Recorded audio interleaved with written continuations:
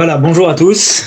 Donc, comme vous avez vu, aujourd'hui, on a décalé l'heure du cours et on l'a fait en direct. Rabbi Vitzrak vous avez prévenu hier, pour ceux qui étaient présents, dans la mesure où à partir du coucher du soleil jusqu'à la moitié de la nuit, on ne peut étudier pour ne pas donner de force à la Touma par rapport à la journée, à la soirée, d'accord, qui a donné naissance à certains événements de Touma, d'impureté. Donc, on a profité de faire ce cours, de le maintenir en live, mais de le faire un petit peu plus tôt. On espère que cet horaire convient à tout le monde, dans la mesure où, on va dire que grand nombre d'entre vous ne travaillent pas. Et de toutes les façons, donc, on va faire un autre cours comme d'habitude, avec une séance de questions-réponses, s'il y a besoin, des questions en rapport directement avec le sujet du chapitre. Hier, vous avez déjà donc commencé à aborder les lois du shofar. Aujourd'hui, on va continuer sur cette dynamique. On va parler de qui est astreint à ce commandement, qui est dispensé de ce commandement, qui peut rendre qui, quitte de la mitzvah du shofar, dans quel cas on peut se considérer comme étant quitte de la mitzvah d'avoir écouté le shofar ou pas. Et on finira par les lois concernant le shofar lorsque Rosh Hashanah tombe Shabbat. Un des 2 jours de Rosh Hashanah tombe Shabbat.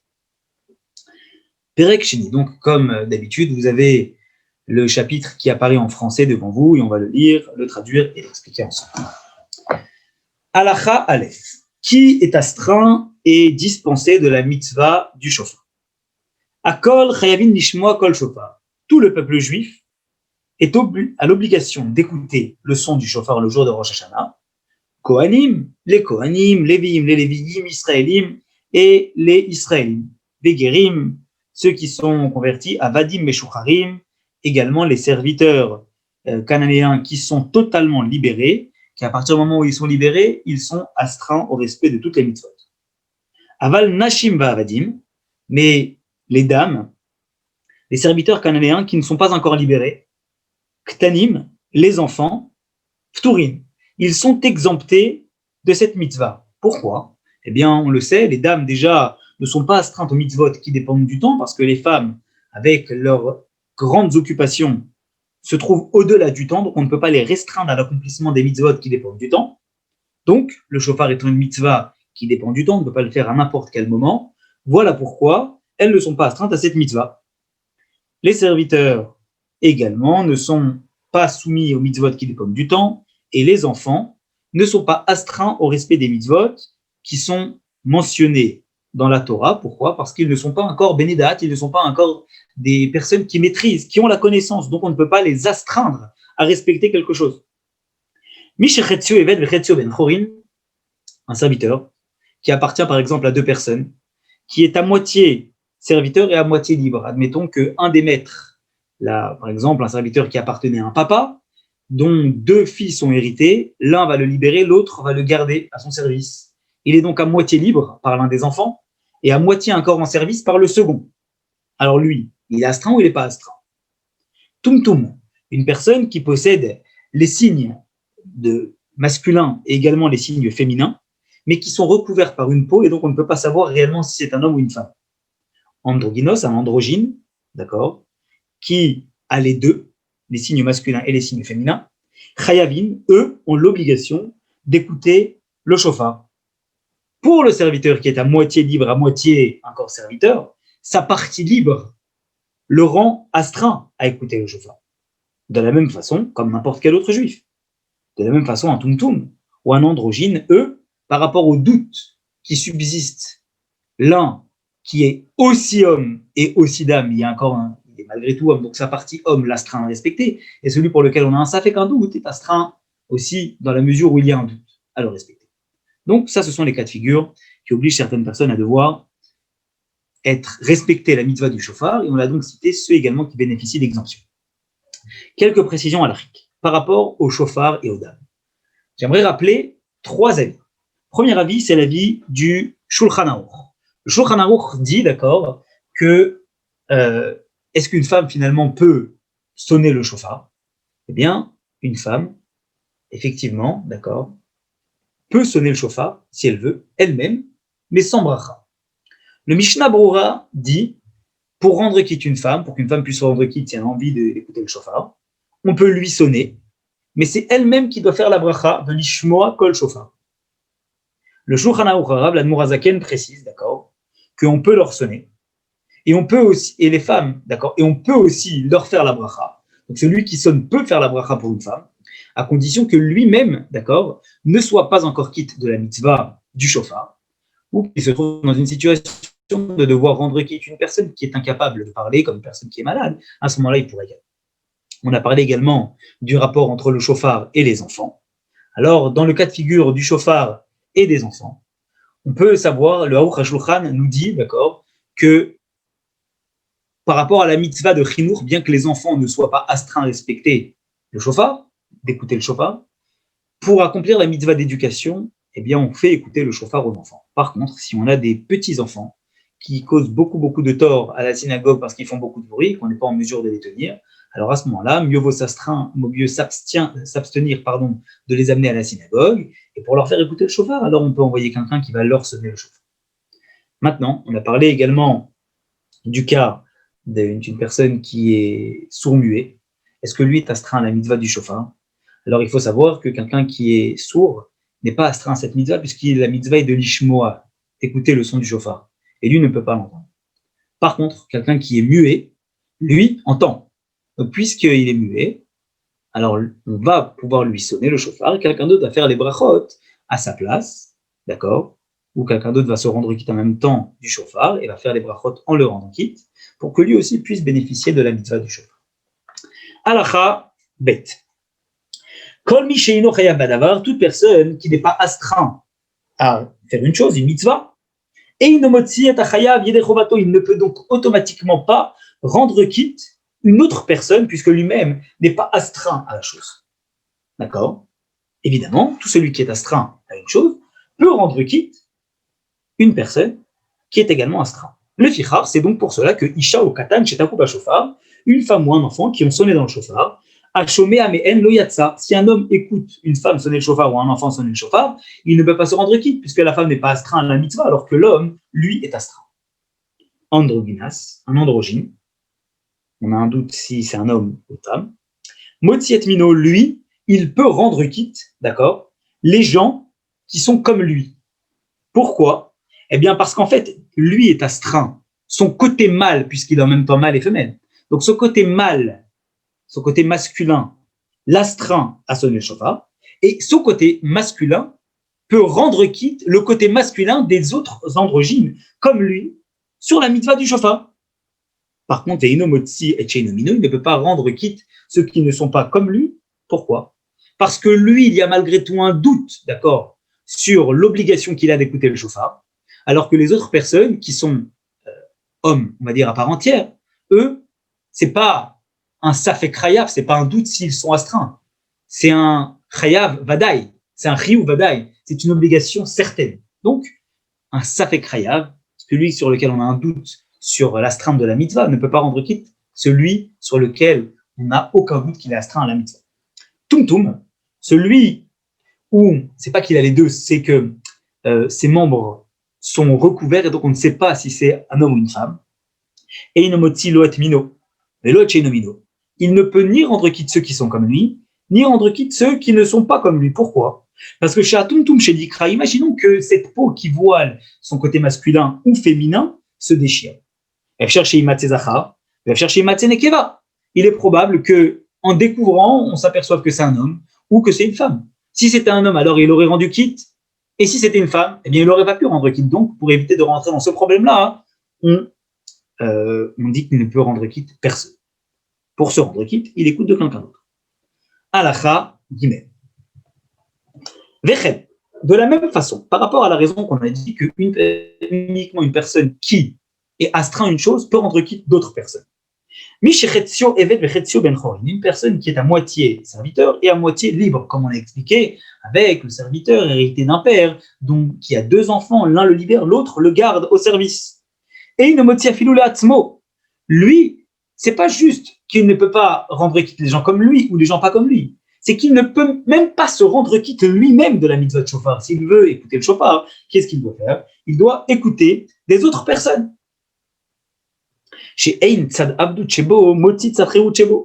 Parce que, en fait, cette personne-là, eh bien, les mêmes forces, le même corps qui est considéré comme libre est la même entité qui est en même temps considéré comme serviteur.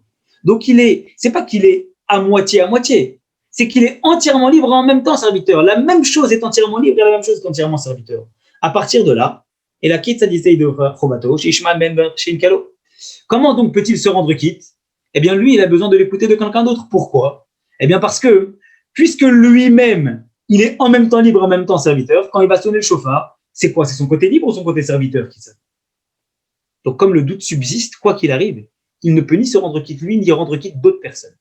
Alors, comment il va se rendre quitte? Comme on a dit, il va écouter d'autres personnes qui vont lui sonner. Quelques précisions à propos de ces deux dernières halachot concernant les femmes et les enfants. On a dit, d'accord, de savoir, on posait la question, est-ce qu'une femme, d'accord, comment elle fait par rapport au fait de rendre quitte? Est-ce qu'une femme peut sonner le chauffard et rendre quitte une autre femme du chauffard? Le Piskei Teshuvot dit que oui, c'est possible. Est-ce qu'un enfant peut-il acquitter, d'accord, entre guillemets, de la mitzvah de chidour, un autre enfant? Mikra Kodesh dit oui, à condition qu'il y ait un adulte à côté qui s'assure qu'il sonne comme il faut. Alors évidemment, quand on parle de rendre quitte une femme ou rendre quitte un enfant, hein, de pouvoir les faire bénéficier de cette mitzvah. Parce que même si on n'est pas metzouvé, même si on n'a pas l'ordre de devoir le faire, quelqu'un qui fait une mitzvah dont il n'a pas l'ordre, est-ce que c'est malgré tout une mitzvah? Oui. Donc un enfant ou une dame peuvent vouloir faire des mitzvahs même s'ils ne sont pas astreints à cette chose-là. Et dans ce cas de figure, il y a donc des possibilités d'être rendu quitte de la mitzvah, bien qu'on ne soit pas astreint par une personne qui, comme nous, n'est pas astreint. Autre précision, par rapport à ce que nous venons de dire, pour sonner le chauffard, lorsqu'un enfant de 13 ans, à partir de bar mitzvah, on va pouvoir rendre quitte, il faut qu'il ait manifesté 2 poils qui sont des signes de puberté pour pouvoir rendre quitte. Donc on considère qu'un enfant de 13 ans a déjà cette manifestation-là, et c'est pour ça qu'on va pouvoir accepter d'une certaine façon le son du chauffard d'un enfant, je dirais même d'un adulte, puisqu'il a déjà 13 ans hein, sur le son du chauffard. Halacha Dalet. Amitasek bitkiat shofar litlamed. Celui, d'accord, qui va sonner le chauffard, non pas pour accomplir la mitzvah, mais surtout pour s'entraîner. Donc il n'a pas l'intention de se rendre quitte, mais il a l'intention de s'entraîner. Lo yatsa yedechovato, il ne peut pas se rendre quitte du son du chauffard qu'il a sonné uniquement pour s'entraîner, parce qu'il ne l'a pas fait les shem mitzvah, il ne l'a pas fait pour la mitzvah, il l'a fait juste pour s'entraîner. Vechen hashoma min amitasek. Et la personne qui va entendre le son du chauffard de quelqu'un qui était en train de sonner pour s'entraîner. Lo yatsa, il n'est pas quitte. Pourquoi? Parce que celui qui a sonné, il n'a pas sonné pour la mitzvah, il a juste sonné pour s'entraîner. Nitkaven shomea la tzetye de chometo. La personne qui a entendu, admettons qu'elle ait eu l'intention de se rendre quitte des sons qu'elle a entendus.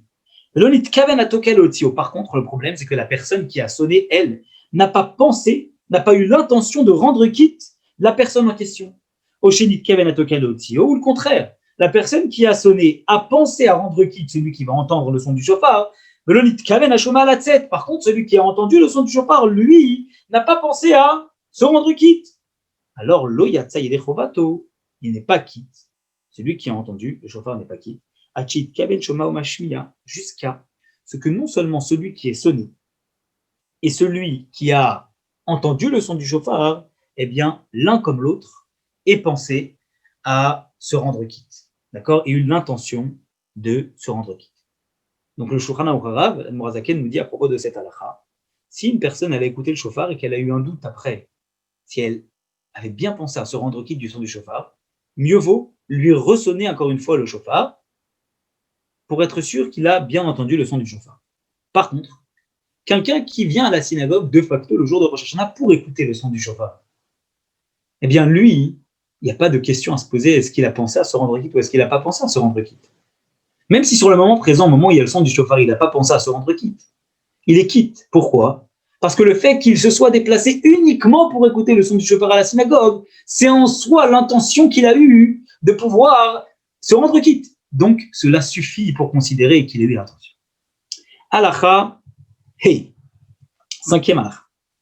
Mishetaka, celui qui a sonné le chauffard. Venit kaven leotzi kol hashomat kiato. Et il a eu l'intention de rendre quitte tout celui qui a entendu. Donc, il ne pense pas à une personne en particulier, mais il pense à tous ceux qui vont entendre, qui puissent se rendre quitte. Des Shama Shoméa, et donc la personne a entendu, elle s'est rendue quitte. Benit Kaben Atsetside Chovato. Yatsa, il est quitte. Afalpiche Enatoka Mitkaben les Eplomi chez Shamat Kiato. Bien que celui qui a sonné n'a pas pensé à rendre quitte, cette personne, un tel, c'est-à-dire qu'il a eu une kavana klélite, il a eu une intention de rendre quitte toutes les personnes qui vont entendre. Donc, cette personne-là, désignée, est aussi inclus dans le caractère global de toutes les personnes qui sont rendues quitte par celui qui a sonné. Ve'ino yodo, et finalement il ne le sait pas. D'accord. Et donc, même s'il ne sait pas qu'il y a une personne qui se trouve à l'intérieur de la synagogue, c'est-à-dire qu'il ne l'a pas vu, lui, il a eu l'intention de rendre quitte tous, donc même s'il ne l'a pas vu, il est quand même quitte l'autre personne. C'est pour cela. Chaque personne qui était en train de marcher sur la route, ou qui était assis dans sa maison, et il se trouvait juste à côté d'un beth knesset, d'une synagogue. Il y avait Shamad Kiot, et il a entendu les sonneries du chauffard Mishliach Tzibour, de celui qui a sonné. Yatsa, im kaven latzet. Si lui, il a eu l'intention de se rendre quitte, il est quitte. Sharish Shliach Tzibour mit kaven lotiet arabim yedechubatan, parce qu'à la synagogue, le Shliach Tzibour, celui qui sonne le chauffard, a l'intention de rendre quitte tout celui qui va assister au son du chauffard. Halacha 6. Yom Tov shel Rosh Hashanah shechal aliyot beshabbat. Le Yom Tov de Rosh Hashanah, qui tombe Shabbat. Il y a 2 jours de Rosh Hashanah. Il peut arriver parfois, comme ça a été le cas cette année, qu'un des 2 jours tombe Shabbat. Ein tokin ba shofar bechol makom. On ne sonne pas le shofar dans tous les endroits. D'accord? C'est-à-dire, comme on va l'expliquer maintenant, il y a des endroits où on sonne le shofar, nous dit Rambam, et il y a des endroits où, d'après le décret des sages, on ne sonne pas le shofar. Ve'afal pi she'atkiya mishum shvut. Et bien que le fait de ne pas sonner le shofar à Rosh Hashanah a été un décret instauré par les sages, ou minadin ayash etokin, et à la base, on aurait dû sonner le shofar à Rosh Hashanah, même quand ça tombe Shabbat. Pourquoi? Parce qu'il y a vo assez shel Torah, veitre shvut shel divrem. Sonner le shofar, c'est une mitzvah de la Torah, et le fait de ne pas le sonner le Shabbat entre guillemets, n'est qu'un interdit des sages. Comment un interdit de la Torah pourrait être repoussé par un interdit des sages? Comment une mitzvah de la Torah peut être repoussée par un interdit des sages? Et lama en tokin. Et pourquoi on ne va pas sonner? On va repousser un interdit de la Torah comme ça? Xera. En vérité, les sages ont décrété qu'on ne va pas sonner le shofar Rosh Hashanah qui tombe Shabbat. Xera shema itlen beyado.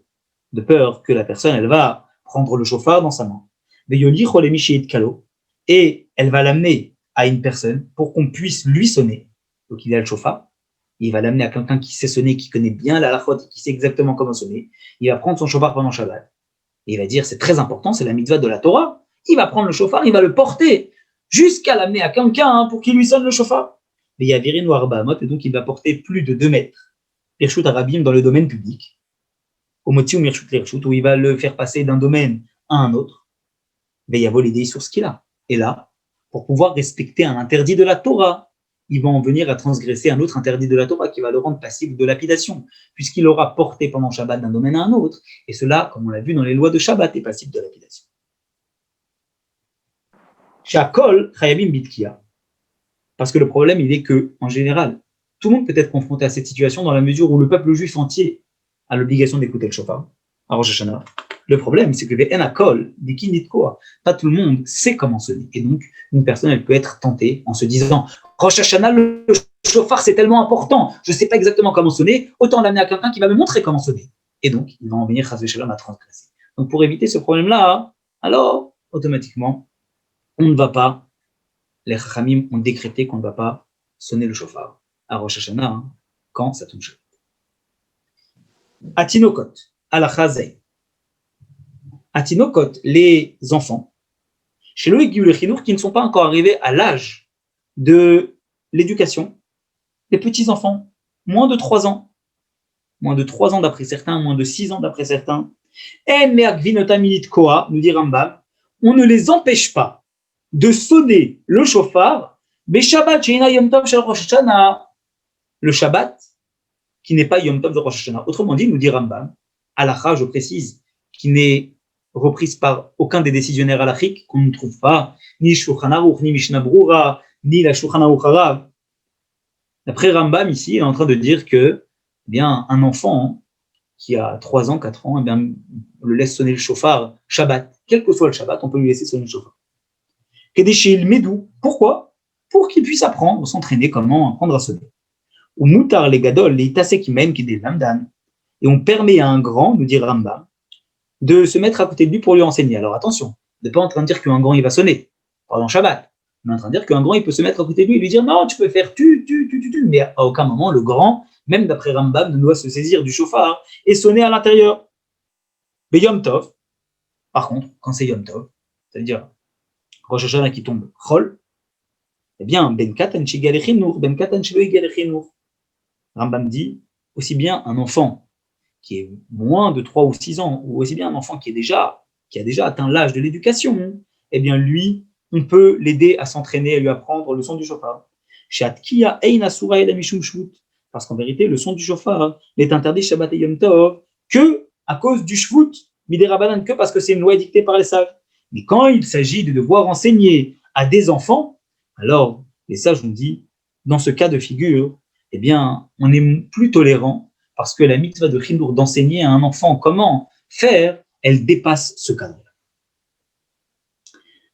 Halakha, retenez bien donc que cette halakha, on ne la voit à aucun moment, nulle part dans le Shulchan Aruch. Donc aujourd'hui, on ne donne pas un shofar à un enfant, quel que soit son âge, quand c'est Shabbat, même quand c'est Shabbat Rosh Hashanah, pour qu'il s'entraîne à sonner le shofar. À aucun moment. Halakha. Quand les sages ont décrété qu'on ne peut pas sonner le shofar Rosh Hashanah qui tombe Shabbat, le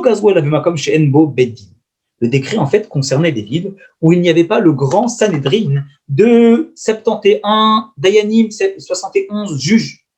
Aval Bisman Shaya Amigdash Kayam, mais du temps où le Beth Amigdash était en place. Vaya Beddin Agadol Yerushalem, et donc il y avait le grand tribunal rabbinique à Jérusalem qui siégeait. Ayu Akol Tokin Yerushalem Be Shabbat. Rosh Hashanah, Shabbat, tout le monde sonnait à Jérusalem. Kolzman Shebet Din Yoshvin, tout le temps où le tribunal rabbinique siégeait. Alors, le tribunal rabbinique siégeait pas pour juger les affaires Shabbat, Rosh Hashanah, mais siégeait malgré tout. Pourquoi? Parce que ils devaient enseigner la Torah, donc la mitzvah d'étude de la Torah, elle existait malgré tout, et donc eux, leur rôle, Shabbat, Rosh Hashanah, était aussi d'enseigner. Donc tout le temps où ils siégeaient, on avait le droit de sonner le shofar Rosh Hashanah, mais dès qu'ils se levaient de leur siège pour rentrer chez eux, on ne pouvait plus sonner. Pourquoi? Eh bien parce que quand ils étaient à disposition, on pouvait venir entendre le shofar. Et quand ils n'étaient plus là, on rentrait dans le même problème de risquer de prendre un shofar pour l'amener à quelqu'un pour savoir comment sonner. Velo Anshe Yerushalem Bilvan, c'était pas juste les gens de Jérusalem qui pouvaient se rendre quitte et de sonner le shofar Rosh Hashanah qui tombe Shabbat. Et là, Kol Ir Shaita Betor Troum Yerushalem, toutes les villes qui étaient dans la limite du Troum, c'est-à-dire dans le kilomètre autour de Jérusalem. Vaïta Roi Yerushalem. Deuxième condition, il fallait être dans les 2000 mètres de Jérusalem, dans les 2000 amot, pardon, de Jérusalem. Il fallait que la ville en question, elle puisse être vue par Jérusalem, puisse voir Jérusalem. Velo Sheti Betor Nachal, il ne fallait pas qu'elle soit séparée par un fleuve.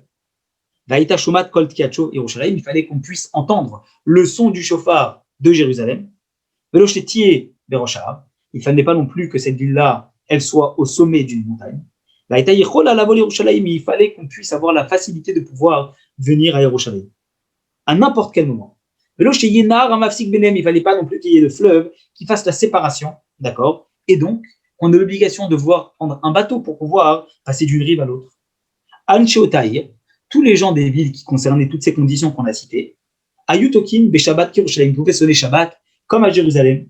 Pourquoi? Parce que quand on associait toutes ces conditions simultanément, c'était finalement Jérusalem.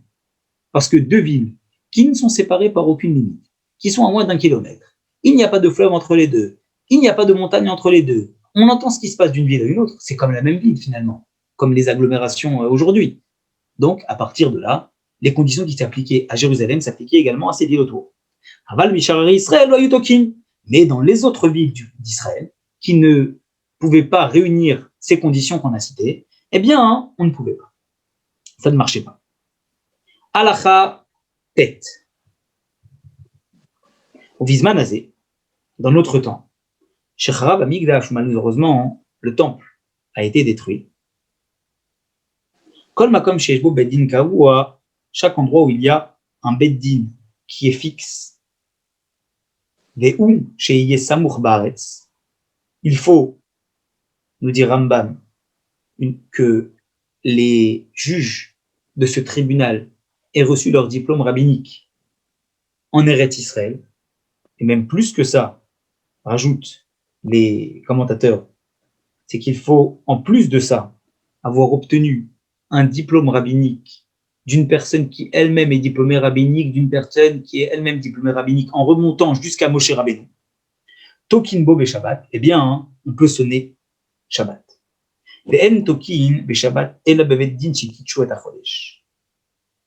La condition, également, c'est de sonner le shofar, Rosh Hashanah Shabbat, uniquement dans un beddin qui a sanctifié le mois. Ça veut dire qu'il a déterminé de façon sûre et qui sait de façon sûre et certaine que Rosh Hashanah est vraiment Shabbat. Aval she'ar batedinim, mais tous les autres tribunaux, en tokin ben afalpi she'en smuchim, les autres tribunaux qui n'ont pas sanctifié le mois, dans lequel le doute subsiste, eh bien, on ne sonne pas, bien qu'ils aient le diplôme rabbinique qui remonte jusqu'à Moshe Rabbeinu et qu'ils aient le diplôme en Eretz Israël. Ben tokin era bifne beddin bilvad. Et on ne peut sonner dans ces endroits-là que devant le tribunal rabbinique. En question, Kolzman chen yoshvin, comme on l'a dit, tout le temps où ils sont assis.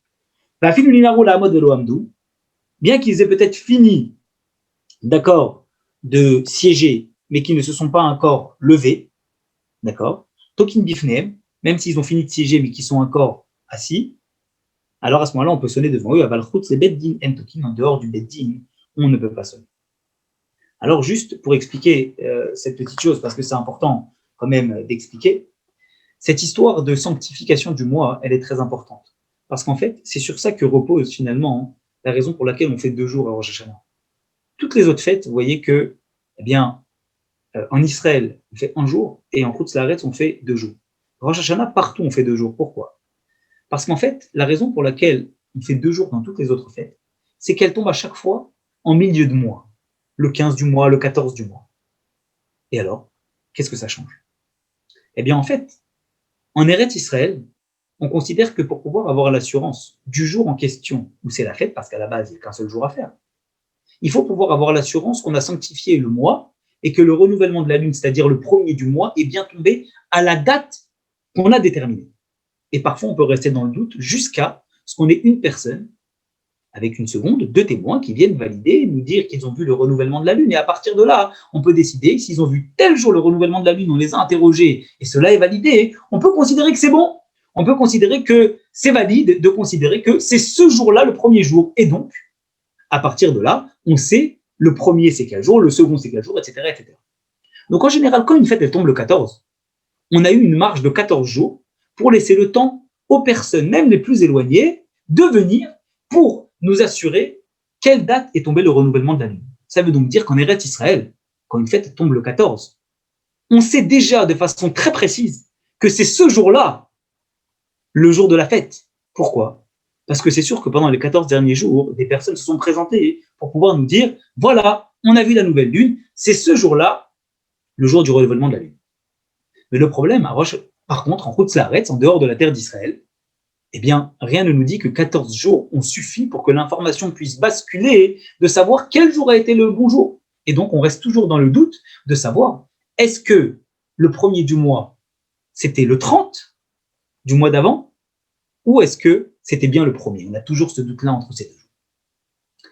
Voilà pourquoi en Chutz La'aretz, on fait quoi qu'il arrive, en dehors d'Israël, on fait toujours 2 jours.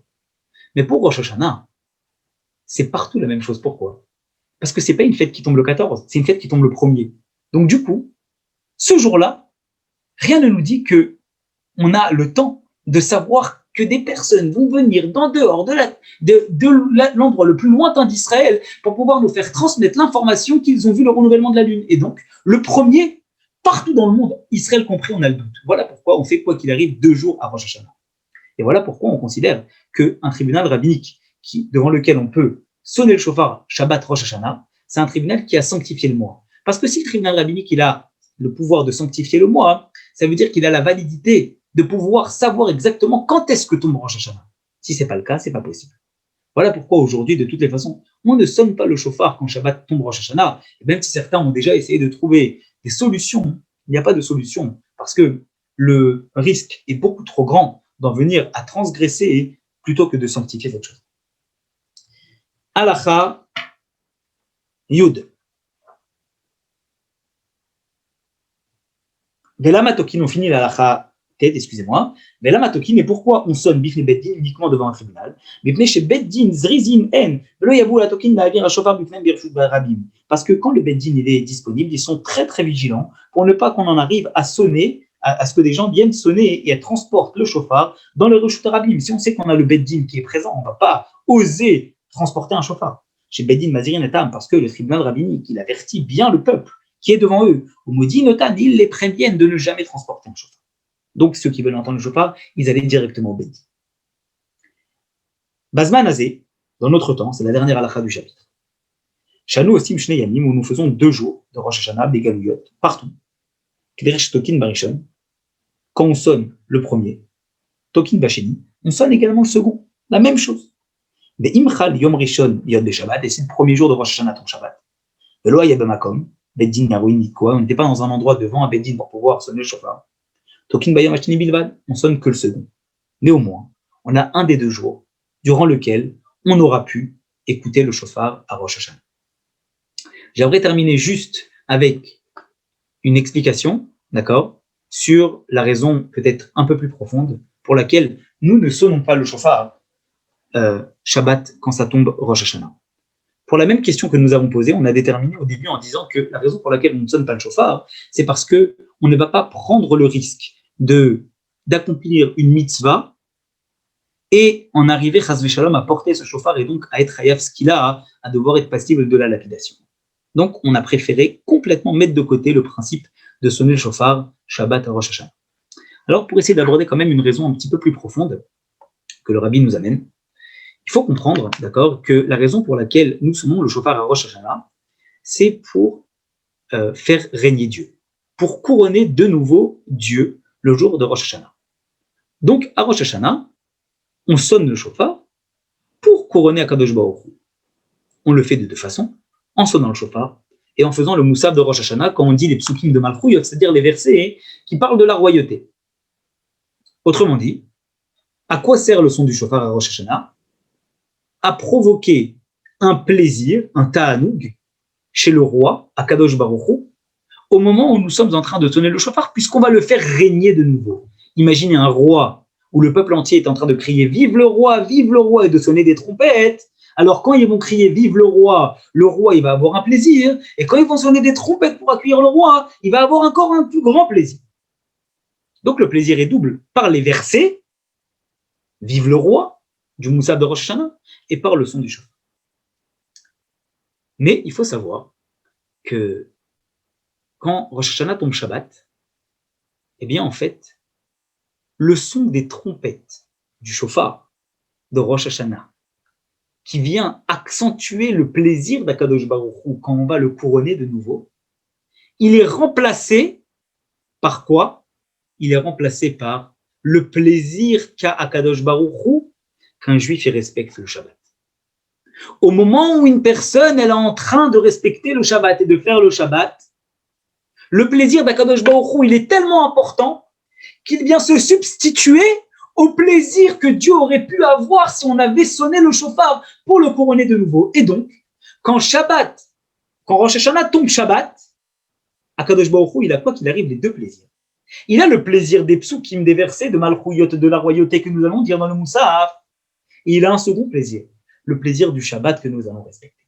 Voilà pourquoi, en fait, le son du chauffard n'a pas besoin d'être fait quand Shabbat tombe Rosh Hashanah. Pourquoi? Parce qu'en fait, le plaisir, il est quoi qu'il arrive compensé. Il est compensé par le respect et l'accomplissement du Shabbat.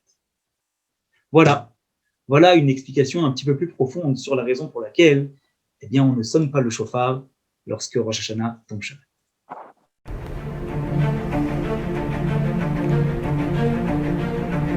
Et si connaître toute la Torah était possible, plongez-vous dans les joyaux de la Torah.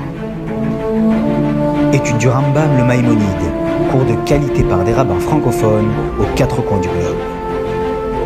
Un chapitre chaque jour, à raison de 20 minutes, pour finir en moins de 3 ans l'apprentissage de la Torah. Relevez le challenge, tous les soirs en direct à 20h30 ou 21h30 heure israélienne. Nos cours sont accessibles à tout moment, YouTube, Facebook et sur notre site torah24.com.